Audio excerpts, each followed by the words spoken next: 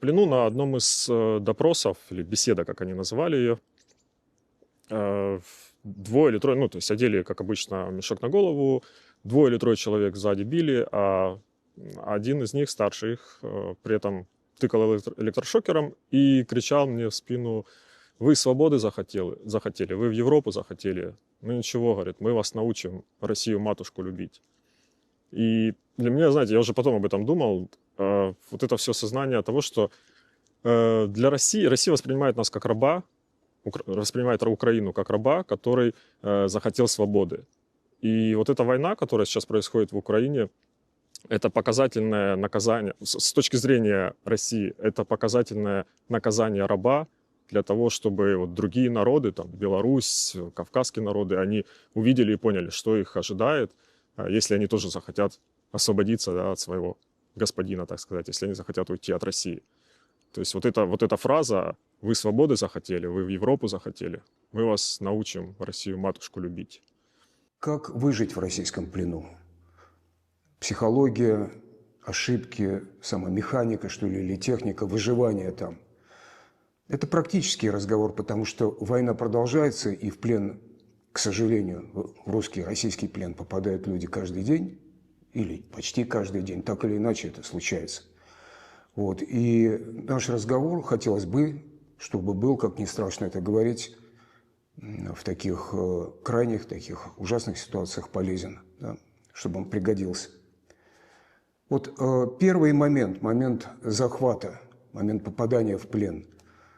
Что, по вашему собственному опыту, решает судьбу в первые минуты?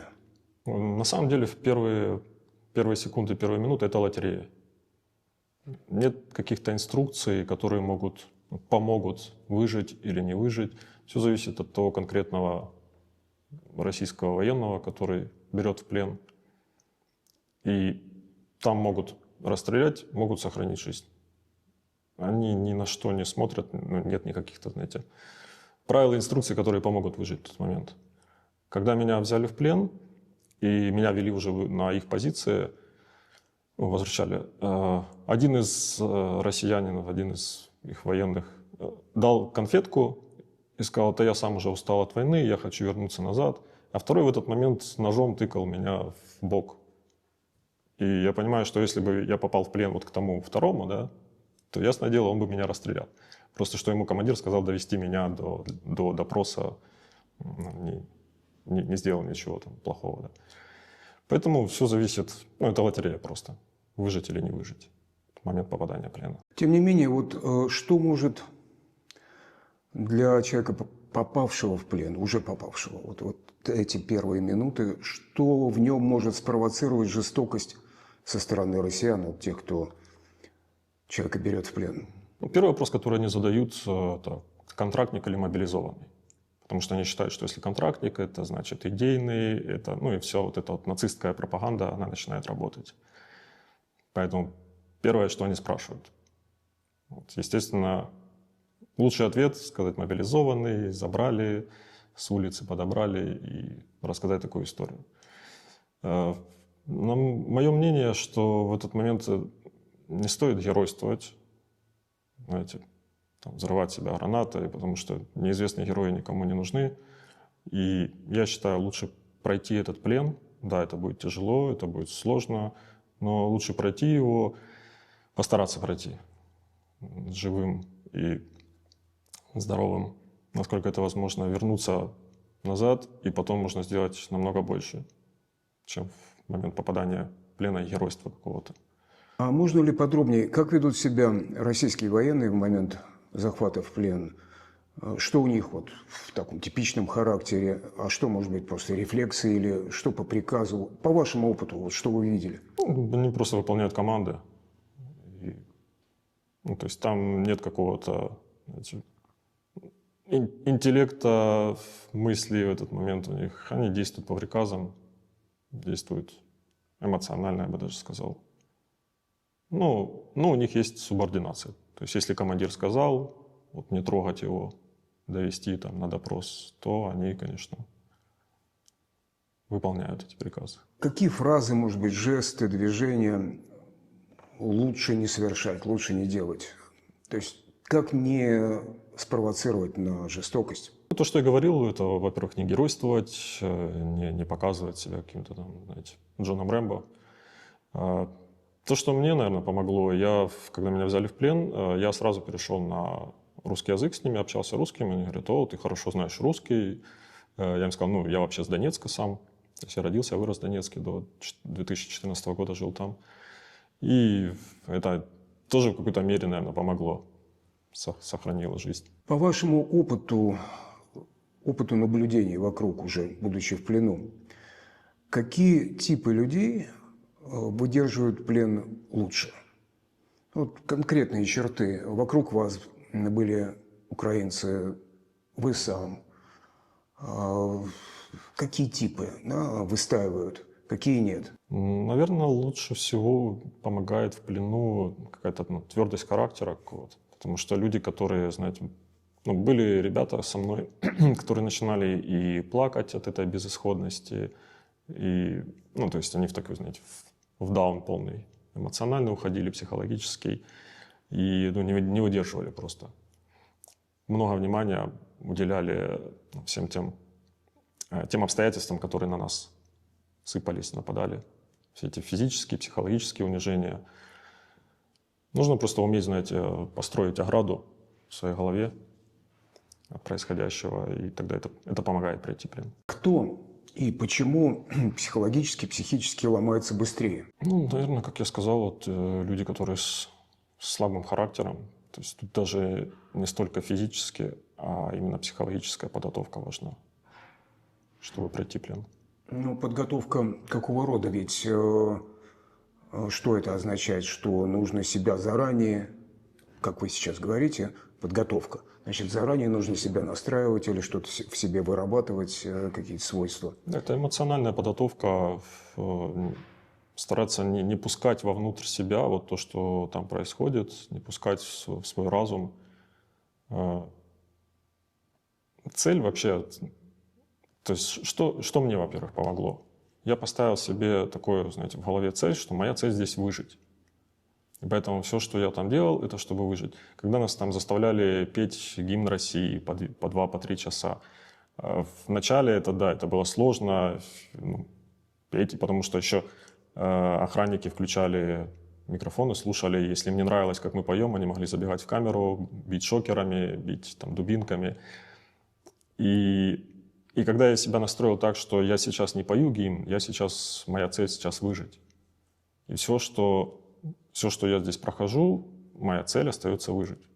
Все, что они заставляют там делать. И вот эта цель, она помогает. Когда ты фокусируешься на этой цели, ты тогда не обращаешь внимания на то, что там тебя заставляют делать, на то, что там заставляют петь гимн или еще что-то, на то, что они заставляют в каких-то интервью, возможно, говорить. Интервью имеется в виду под запись, на камеру, для того, чтобы потом в медиа где-то это использовать? Да, под записи, и когда стоят за камерой люди с электрошокерами и с дубинками, там выбора нет, что говорить и что не говорить. Один из допросов, которые проводили со мной в плену, это был ФСБшник. И, они иногда очень любили поговорить. Мы разговаривали тоже про войну, про будущее. Я ему задал простой вопрос. Я говорю: а что будет с Россией, когда Путин умрет? На что, знаете, первая реакция у него была, он аж чуть ли не подпрыгнул на стуле и сказал: как это умрет? То есть для обычного россиянина вообще в голову не влезает, что Путин когда-то может умереть, и Россия останется без царя. И интересно, что при этом Путин, по сути, второй человек после Гитлера, который убил столько русских. Да, мы говорим о Чеченская война, Сирия, Донбасс, Украина, все эти взрывы домов, плюс политические убийства. Ни один человек на сегодняшнем мире не убил столько русских, сколько это сделал Путин. Но для них, по сути, он все равно остается царем. И мысль о том, что он когда-то умрет, настолько их пугает просто. Какие, допустим, 3 качества вы бы тренировали в бойцах для выживания в плену? Наверное, то, что я сказал, это эмоциональная какая-то стабильность, чтобы не обращать внимания на происходящие психологические унижения, физические унижения. Это фокусировка на будущем. То, что также мне помогало, не фокусироваться на происходящих обстоятельствах, а, знаете, все-таки направлять свой разум, свои мысли в будущее, там, строить какие-то планы. Хотя где-то логическая часть мозга понимает, что эти планы еще неизвестно, когда они будут и вообще не исполнятся ли. Но все равно это помогало не фокусироваться, вот не находясь в тех обстоятельствах, думать наперед, думать где-то о будущем и психологически пройти вот эти все испытания. Будьте добры, опишите, пожалуйста, типы вот этих охранников, надзирателей, следователей, которые с вами работали, которые обращались с вами. Что они вообще делают и кто они такие? Ну, наиболее сложным именно физически и психологически было нахождение в Башкирии. Находился в 7 месяцев в тюрьме.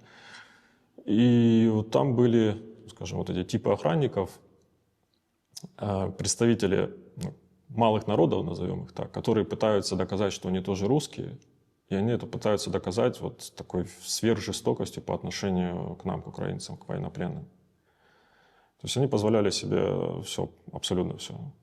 Как я сказал, там и использование электрошокеров, дубинок, и избиение, и психологические унижения. И я понимаю, что где-то в какой-то мере они сами, знаете, так самоутверждаются, унижая нас. Они пытаются сами себя, знаете, возвысить где-то. Но вот это были, наверное, наиболее жестокие по отношению к нам охранники. Я не встречал и не видел охранников, которые пытались бы из себя что-то, знаете, человечное показать, какую-то гуманность. То есть гуманность отсутствует там совершенно. То есть никогда не, кроме того первого случая, когда солдат или военный при захвате дал конфету, потом уже ничего похожего не было? Нет. Максимум, что было ожидать от них, это какой-то нейтральности. Но это очень, очень редко. Ну, а как может в этом смысле строиться режим дня? То есть что, это непрерывное со стороны кого попало, любого надзирателя, любого охранника, как только он появляется или встречается, постоянное насилие, постоянное унижение? Или все-таки можно более-менее как-то внутри себя существовать и в относительно спокойном таком? Спокойствия там нет. Особенно вот я говорю, что в тюрьме в Башкирии, где мы находились, там мы 7 месяцев провели в камере, не выходя на свежий воздух, не выходя на улицу. Просто раз в неделю выводили в душевую помыться на 5 минут. И даже в этот момент они, знаете, у них были развлечения такие, электрошокерами пускать электричество, разряды по воде, когда мы мылись и все. И то есть режим был: в 6 утра подъем под гимн России, сразу все должны 3 секунды, чтобы вскочить с кровати, спеть гимн России. Все.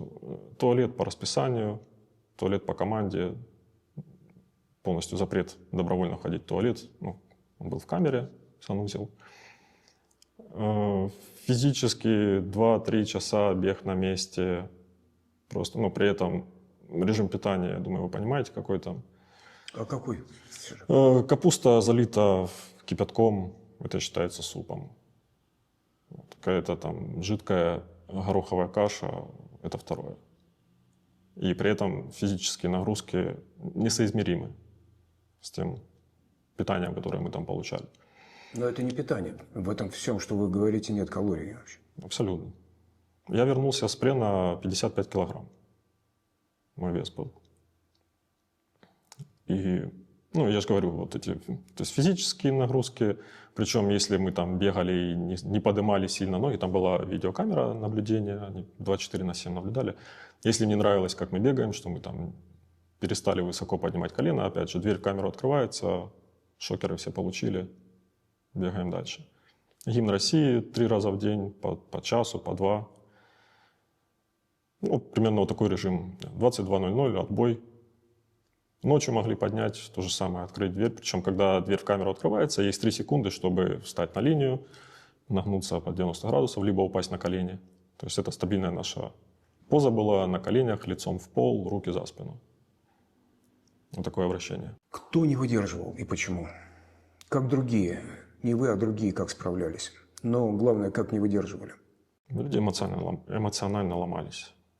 Вообще, я уже, наверное, после плена, когда я все это обдумал, было больше времени, и я понял, что все, что они там делают, все вот эти физические, психологические издевательства, они направлены на то, чтобы сломать психологический человек.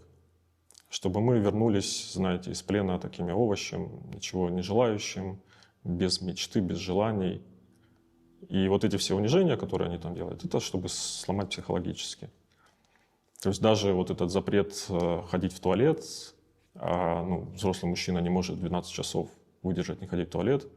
И, извините, когда мы там и в штаны ходили, и потом они заходили, знаете, тыкали шокерами, говорили, кто тут описался, извините.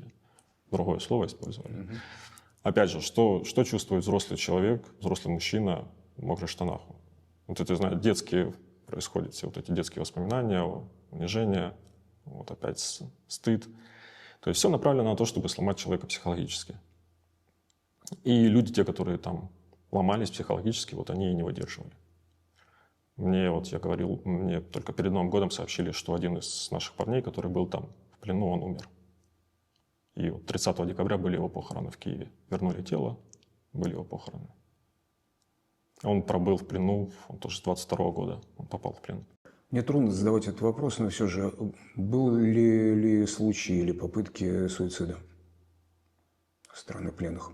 Я слышал об этом.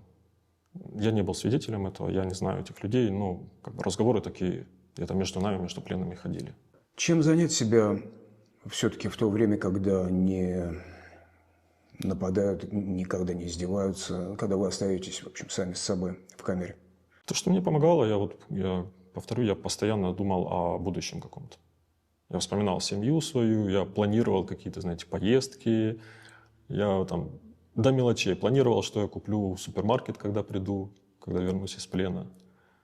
И постоянно вот эти, знаете, списки в голове повторял, прокручивал их.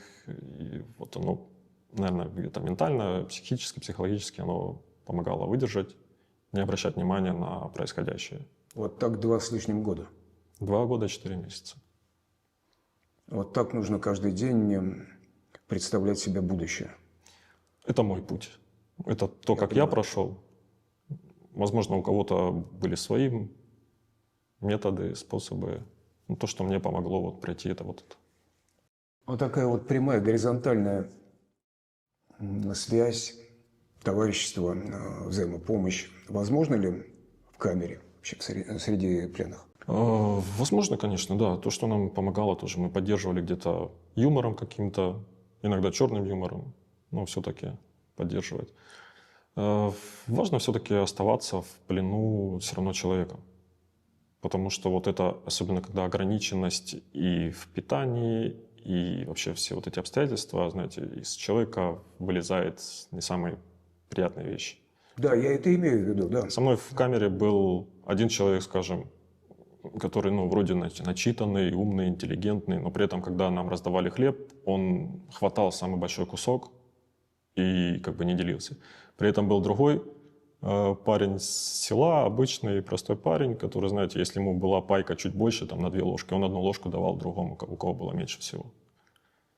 И я понимаю, что, знаете, здесь не играет роли какой-то там интеллект, воспитание или что-то другое. То есть просто какие-то человеческие чувства, человеческие качества. И вот они действительно помогают, когда вот, знаете, есть это там поделиться с чем-то там. Да, мало, да, чуть-чуть, но хотя бы там немножко, там пол-ложки тебе совсем мало насыпали, давай я тебе добавлю. Можно ли попытаться разделить саму систему, что ли, сам уклад существования в камерном таком заключении? То есть, что есть режим, формальный режим, да? А что есть отсебятина, импровизация вот этих вот надзирателей?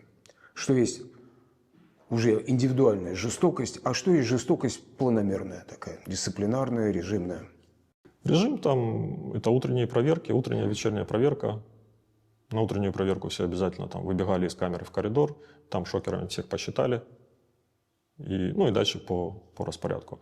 То, что они себе позволяли, скажем, вне этого, это уже на фантазии того охранника, который сидел там на камерах и на микрофоне.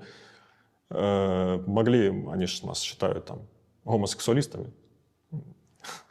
Могли нам включать в громкоговорители «Голубую луну» и заставляли «давайте обнялись и танцуйте». 2 часа вы танцуете под «Голубую луну». Такие шутки, знаете, это уровня, школьного уровня. Причем мы никогда не видели этих охранников в лицо. Во-первых, они ходили в балаклавах, они закрывали свои лица. И во-вторых, как я говорил, что когда они только заходили, мы должны были лицом в пол упасть и не поднимать голову. За поднятые глаза можно было тоже получить. Но по голосу я слышал, что это были молодые достаточно охранники. 25-30 лет где-то. И вот, знаете, у них были вот эти вот фантазии, шуточки такие, которые они себе позволяли. Типа там ночью твой друг замерз, ложись с ним спать, обнимайся с ним, лежи вместе под одним одеялом. И если ты не сделал, то что? То в камеру приходят, могли поднять всю камеру, опять же, шокерами, дубинками. То есть не сделать там вариантов нет. Что максимально, в смысле неповиновения или вообще отрицания, да, так сказать, сопротивления личного, что максимально можно позволить себе? Ничего. Нельзя. Не повиноваться, не послушаться, не выполнить. Ну, это просто приведет к еще большим физическим избиениям. Возможно, закроют в решетку. Там в подвале были решетки, которые одного из наших повели туда. И все равно они заставят сделать то, что они хотят. Поэтому, как я говорил, в плену нет места для геройства. В С плену охранником можно разговаривать? То есть вопросы к нему вообще могут быть? нет. Либо молчание, либо выслушивание и исполнение того, что... Так точно, гражданин начальник. Вот это единственный ответ, который должен звучать. До нашей записи вы говорили о том, что однажды к вам подсадили офицера, хотел сказать советского, российского. Российского, да. Хотя, на мой взгляд, это, в общем, все продолжение того. Российского офицера, и вы с ним вынуждены, естественно, были общаться, я имею в виду не только вы, но и ваши товарищи, украинцы. Расскажите, пожалуйста, об этом случае. Это было в Луганске в начале моего плена. Мы находились в комендатуре на допросах. И там в подвале было 2 камеры, нас содержалось там 13 человек, 13 военнопленных. И в комнату напротив подсадили российского офицера за какую-то, насколько я понял, он там продавал водку своим солдатам, что-то такое. Его посадили туда, и первый день он был достаточно, знаете, высокомерен, сказал: Россия еще ничего не начинала, вы что, решили воевать против России? И так стоял, знаете, смеялся над нами. И потом планомерно мы начали ему отвечать на вопросы. Он начал задавать их сам, про Майдан сначала, про войну, свою пропаганду, про то, что мы должны были, что Украина должна была напасть на Россию, и поэтому, чтобы Украина не напала, они напали на нас. И мы ему начали отвечать просто на его вопросы. Что Майдан, во-первых, не был против России, он был против коррупционера Януковича, президента. Факельные шествия, про которые он нам вспоминал, что у них там вышло 150 человек, и про них даже Украина не знала. Ну, украинцы сами. И мы ему говорим, что а вы 8 лет, ваша пропаганда накручивает вас. О том, что националистические партии в Украине, они даже не набрали 2% голосов на выборах и не прошли в парламент. И мы это все ему обсуждали, все ему отвечали в течение 5 дней, пока он там находился. И уже в конце, через 5 дней, он сел, голову опустил и сказал: я понял, что меня обманывают, так скажем. То есть он услышал какие-то ответы на свои вопросы, он увидел, он говорит: я вижу, что среди вас нет нацистов, как нам рассказывают, что вы обычные рабочие ребята с села, кто откуда, с разных регионов Украины, от Донецка до Львова, и я не вижу среди вас нацистов. И он сказал: я больше не смогу против вас воевать. Насколько дальше после этого случая снова победит пропаганда? Или все-таки он где-то задумается? Ну, я надеюсь, что хотя бы одного мы смогли переубедить. В первую ночь, когда меня взяли в плен, я общался с командиром этих десантников, которые меня взяли в плен.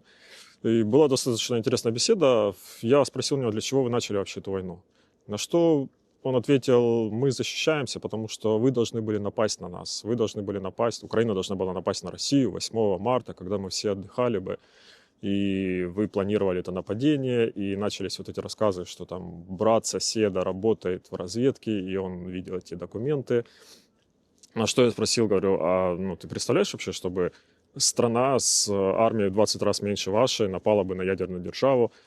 Он вполне уверенно ответил: вы должны были только ввязаться, а дальше Соединенные Штаты и НАТО подключились бы, и вы начали бы эту войну. Поэтому мы здесь защищаемся. Здесь, на Украине, вот этой войной мы защищаем нашу Россию. Может ли когда-то наступить момент, когда становится безразлично будущее? Все-таки 2 года, 4 месяца – это очень много. Это очень много, правда, на мой взгляд. И держать себя в таком каждодневном, вперед устремленном таком, так сказать, состоянии, в ожидании, да, когда выйдешь на свободу, наверное, сложно, но вам-то лучше, безусловно, знать это. И опускаются ли руки, образно говоря? Становится ли наплевать вообще, что дальше, как дальше? Для меня самое сложное, ну и в принципе для других ребят, с кем мы общались, самое сложное была вот эта неопределенность, вот эта безнадежность, потому что нет никакой информации по обменам. Обмен происходит вот так, что приходят охранники, заходят в камеру или на барак, называют фамилии, говорят: у вас 2 минуты собрать свое ничего и на выход. И все. И вот это состояние каждого дня, ожидание каждого дня, когда с утра просыпаешься и думаешь: а может быть сегодня? День проходит, ничего не произошло, и снова засыпаешь. На следующее утро то же самое. А может сегодня? Какие-то праздники идут, там Пасха приближается или Новый год. Может быть, будет обмен под какие-то праздники, и ничего не происходит опять. То есть вот эта вот неопределенность, она больше всего она изматывала. Мы с ребятами даже говорили о том, что было бы лучше, чтобы уже, знаете, осудили, там сказали: все, там 10 лет будешь сидеть, и ты уже знаешь, что все, 10 лет ты уже не ждешь этого момента обмена, момента возвращения. Ну, вот это вот самое трудное. И вот такие моменты, действительно опускаются руки, появляется, да, какая-то безнадежность. Как вернуться потом к силам своим? Ну, мне, во-первых, помогало то, что я верующий, я христианин. Меня это тоже поддерживало духовно. То есть я и молился там в плену. И общение друг с другом, ну, с теми из ребят, с кем были близки, знаете, где-то один упал, второй его поддержал там эмоционально. Не, давай там, напомнил про семью, про детей, где-то мы разговоры, там все равно вернемся, все будет хорошо, где-то хотя бы позитивно, знаете, поддержать. То есть вот такая вот взаимная поддержка, она помогала. Когда вызывали, вы говорите, с вещами на выход, то ведь неизвестно куда. Неизвестно. То есть это может быть и на этап, например. Это может быть этап на другую тюрьму, либо на обмен. А сколько раз вас перемещали? Я находился в 2 тюрьмах, в 2 колониях. Первая 1,5 года в Луганской области и 7 месяцев последние вот в Башкирии. Больше перемещают тех людей, на кого заводят дела, уголовные дела. Причем заводят их абсолютно с потолка. Один из парней, который был с нами, его вызвали на допрос, ему сказали, что его обвиняют в том, что он расстрелял каких-то гражданских в каком-то городе в Луганской области. Он сказал, что я там даже не был, на что ему следователь сказал: мы напишем, что ты был, мы найдем свидетелей. И когда, то есть их начинают возить на суд, и потом уже переводят по разным тюрьмам. То есть их уже больше этапируют. Мы содержались в 2 тюрьмах были. А чем они отличаются? Тюрьмы? Да, конечно. Да. Луганская – это же на самом деле Украина. На самом деле в Луганской области было легче. По крайней мере, там физически не было каких-то избиений. Нас на 2-й день, когда нас туда привезли, замначальника тюрьмы сказал: мы не видим смысла вас тут бить, перевоспитывать. Сидите ровно, ждите своего обмена, соблюдайте режим. То есть там были какие-то, знаете, такие там проверки. Там больше психологически было тяжело находиться. Потому что вот эти стены 5-метровые, бетонные. Но при этом физически там, скажем, не били. Но опять же, в другой из тюрем Луганской области, откуда перевели к нам, привезли ребят, они рассказывали, что там тоже были избиения. Там в столовую под дубинками гоняли. Поэтому Нет какого-то, знаете, единой инструкции, насколько я понял. Единой инструкции, как вести себя с украинскими военнопленными. Все на усмотрение конкретных охранников, либо начальника этой колонии. С вами работали следователи, дознаватели лично с вами? Допросы, конечно, да, допросы проводили. Как себя надо держать с ними? Как не дать повод для того, чтобы стало хуже, не сделали хуже? Ну, на самом деле, следователи там, ФСБ либо Следственного комитета, во-первых, они физически ничего не используют, какие-то принуждения. Для этого есть местные охранники. Они задают вопросы. Ну, в принципе, то, что им необходимо, они и так напишут, если у них есть такая необходимость. Как один из случаев был, троих наших ребят вызвали и сказали, одного из вас надо назначить азовцем. Можете выбрать сами, или мы выберем. Хотя ребята не имели вообще никакого отношения к Азову. Одного из них назначили, все, завели дело и отправили в суд. То есть разница, есть, так сказать, статус пленного, но из него можно перейти в обвиняемых, сделают это. Да. Вот, и дальше ты уже попадаешь в, так сказать, я не знаю, под суд и срок. И это уже совсем другой маршрут. Как они обещают, что ну вот мы вас осудим и вас быстрее поменяют. Потому что наших русских там тоже судят, и поэтому, чтобы обменять осужденного на осужденного, вот давайте мы сейчас подпиши бумагу, мы передадим дело в суд, тебя быстро осудят, и через пару месяцев ты будешь дома. На самом деле так это или нет? Одного из ребят, которого забрали на суд, он до сих пор не вернулся из плена. Поэтому я сомневаюсь. Доверять россиянам, ну, вы понимаете. Все же хотел бы вернуться к вот этим связям прямым, межчеловеческим. Есть ощущение того, что там каждый сам за себя в камере? Или же, ну, как это не, может быть, наивно звучит, коллективизм, какой-то дух, так сказать, да, начало все-таки сохраняются? Мне кажется, все равно в плену сохраняется, ну, то, кем человек есть, он не становится другим, попадая в плен. Если внутри есть какие-то, знаете, негативные, отрицательные черты, если человек внутри может где-то обмануть там, до плена, кинуть где-то кого-то своего друга, соседа, то он таким же останется и в плену. Если человек до плена был искренним и нормально относился и понимал, знаете, ну, есть какая-то там честь, понятие гордости, понятие нормальных взаимоотношений, то человек точно так же будет себя вести и в плену. Были ли те, кто начинал сотрудничать с следователями, с охранниками? Да, конечно. Были военнопленные, которые выявили желание остаться в Российской Федерации, написали заявление, что они отказываются от обмена. Большинство из них это те, у кого семьи были на оккупированных территориях. И они сказали, нам нет смысла возвращаться в Украину, мы хотим остаться в России. Для нас это были предатели, потому что они воевали против России, они попали в плен, и они говорят, мы хотим остаться в России. И так бывало на какой стадии? То есть, когда попадают в плен и сразу или почти сразу после этого заявляют такое, или уже в заключении? Это уже находясь в тюрьмах, находясь в колониях. То есть вот в Луганской области у нас было около 70 человек таких. Потом их собрали отдельно в отдельный барак, они находились отдельно. У них были какие-то свои привилегии, они могли получать посылки, например, от родственников. Но при этом, как сами охранники с них смеялись, говорили, ну, вы дурачки, конечно, потому что украинцев обменяют, они поедут домой, а вы будете сидеть тут еще долго. И не факт, что вы отсюда выйдете после окончания войны. Ну, такие люди, да, были, которые выявляли желание. С десантниками, которые взяли меня в плен, у нас был такой разговор, и их командир этого подразделения, он спросил меня, вы что, типа, реально думаете победить Россию? Я ему ответил прямо, я сказал, что Россия не может победить в этой войне. На что он так сразу, как это не может победить? Я говорю, ну хорошо, где вот этот Рейхстаг, да, который вам надо дойти, вставить туда свой флаг и сказать, все, мы победили, мы дошли туда.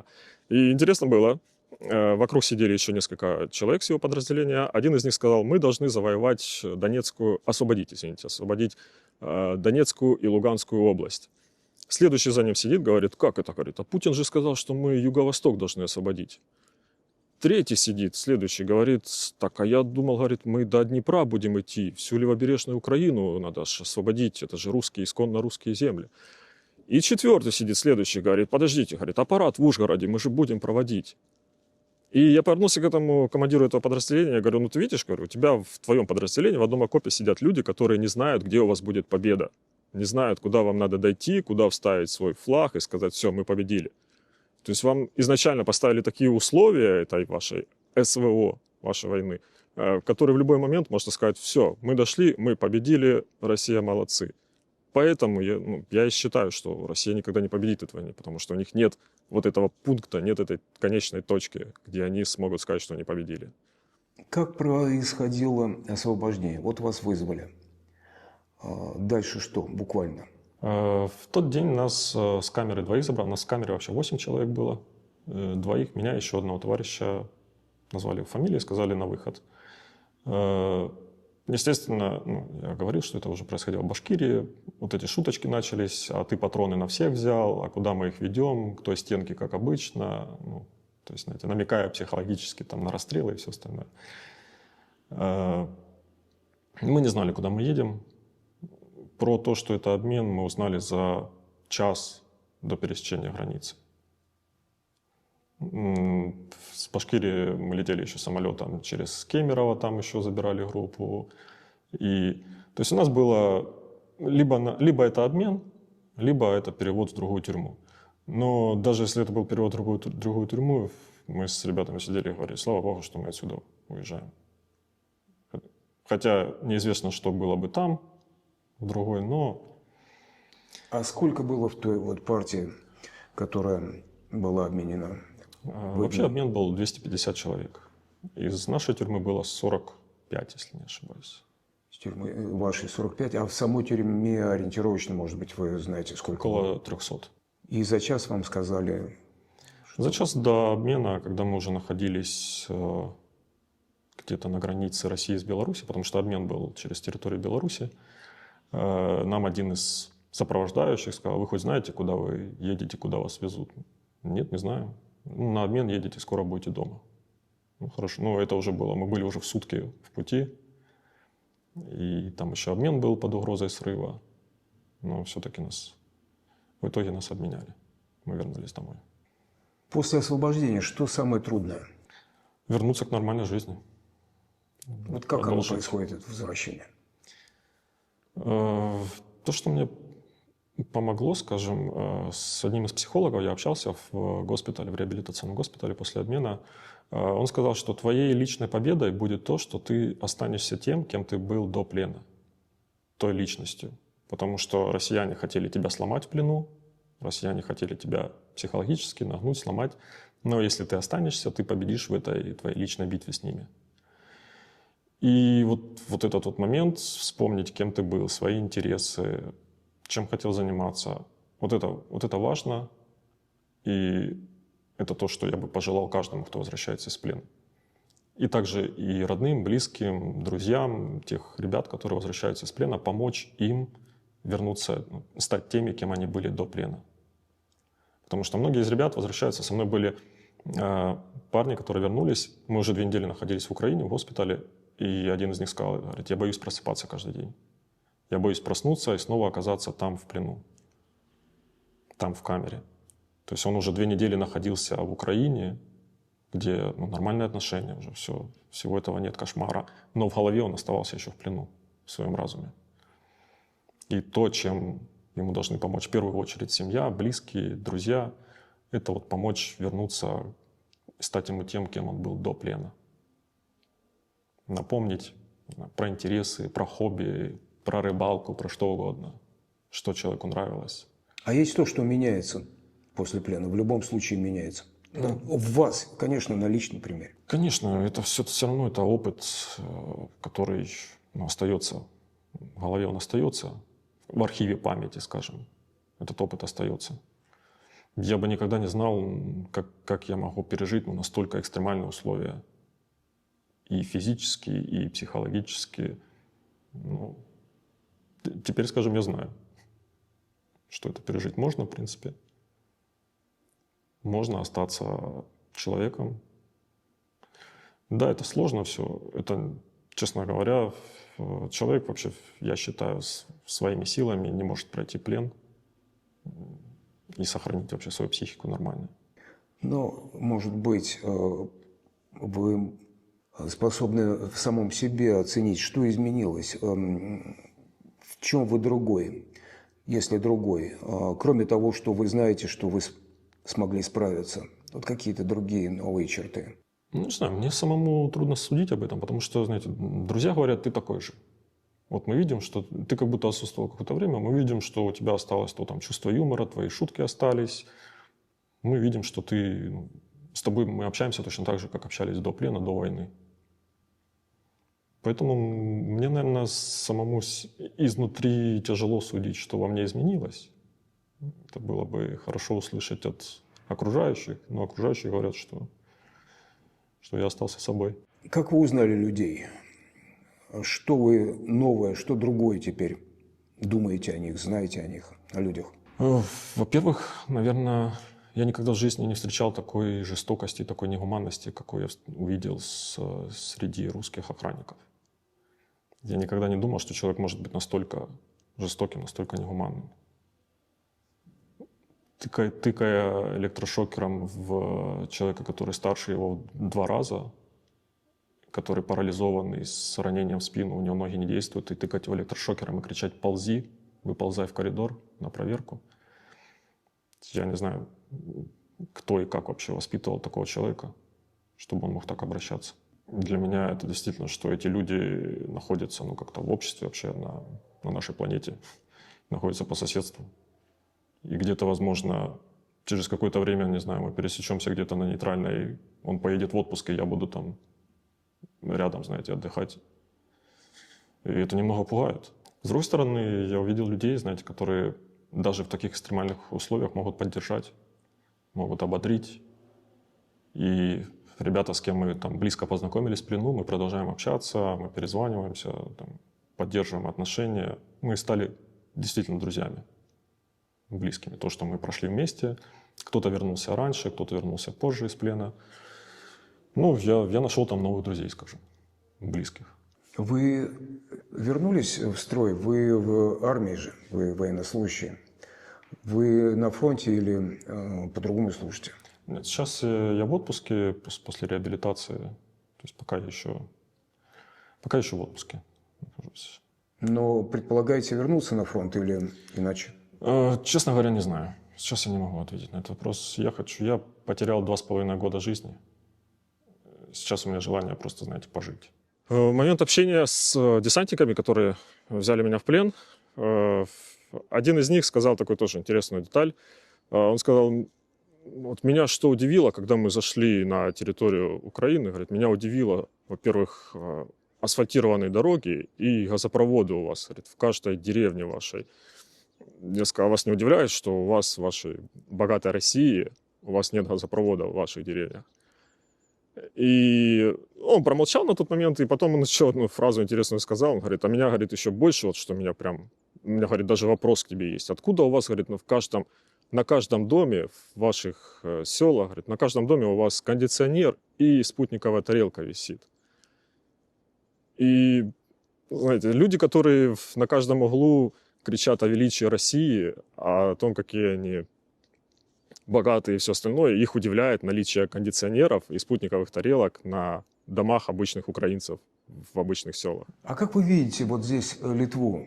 Литву, литовцев, вообще людей, кто живет в Литве. И это мирная страна, к счастью. Она не испытывает никакую агрессию в данный момент. Вот что это за люди? В первую очередь, я, честно говоря, хотел бы поблагодарить вообще народ Литвы и правительство Литвы за ту поддержку, которую оказывают Украине на протяжении всей этой полномасштабной войны. То количество украинских флагов, которые я вижу на улицах Литвы, честно, я в шоке, приятно в шоке. И эти надписи на общественном транспорте о том, что «Вильнюс, love Ukraine», они меня ободряют, честно говоря, поддерживают. И поэтому, я повторю, я очень благодарен литовцам, народу Литвы. Я не знаю, насколько здесь ощущается вот эта, знаете, атмосфера войны, которая не так далеко, в принципе, отсюда. в принципе, я понимаю, что вот страны Прибалтики, они могут быть следующими. Балтии. Все-таки мы... Балтии. Это Балтия. Да, извините. Страны Балтии, вот они могут быть следующими после Украины. Что Путин не становится добрее, его планы воссоединить вот эту Российскую империю, они никуда не деваются. Если народ, какой-то дать совет, знаете, народу Литвы, я бы посоветовал каждому литовцу пройти какой-нибудь курс военной подготовки и тактической медицины. Хочешь мира, готовься к войне, никто не отменял этот принцип. Вот это, знаете, 5-й параграф НАТО, который написан только на бумаге, но никто его никогда не использовал. Будет ли воевать за Литву солдат Бундесвера или Америки? Неизвестно. Никто не знает. Если вдруг, не дай бог, конечно, но это начнется. Поэтому в первую очередь литовцы должны быть готовы сами к этому. Должны быть готовы физически, эмоционально, должны быть готовы профессионально. То есть пройти даже обычную стрелковую подготовку и курс тактической медицины – это то, что это необходимый минимум, я считаю, для каждого жителя. Что это за русский солдат?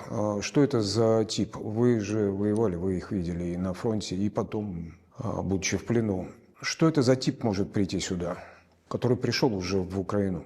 Это абсолютное зло, жестокость, которая никого не щадит. У меня есть один из друзей в Германии, и он рассказывал о том, что в Германии сейчас ходят такие, знаете, пацифистские настроения, о том, что я лучше буду жить под Путиным, пусть лучше Путин придет, чем я буду воевать и умру за Германию. Но жить под Путиным и жить под Россией – это не легкая жизнь, непростая. В тюрьме нам заставляли читать книжку «Денацификация Украины» называлась. Книжка 2018 года, если не ошибаюсь. И там написано все, что должно было произойти с Украиной. То есть сначала пророссийскую власть поставить, потом фильтрационные лагеря провести и все население Украины провести через эти фильтрационные лагеря на предмет поддержки нацистских, как они говорили, идей.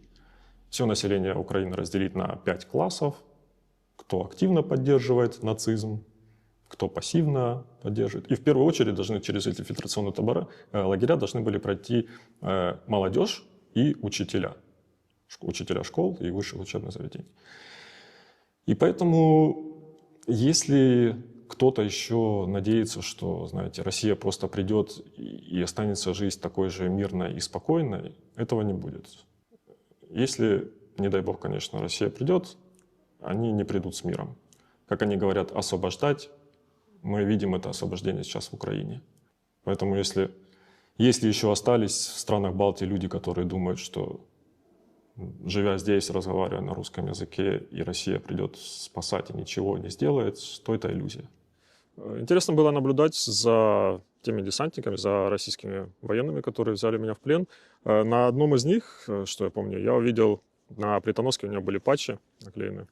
И, значит, там был патч СССР, серп и молот, дальше портрет Сталина, портрет Ленина.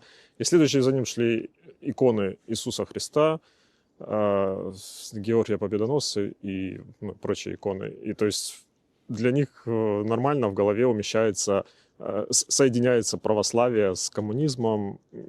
Это для меня было тоже так очень интересно и удивительно этот факт увидеть.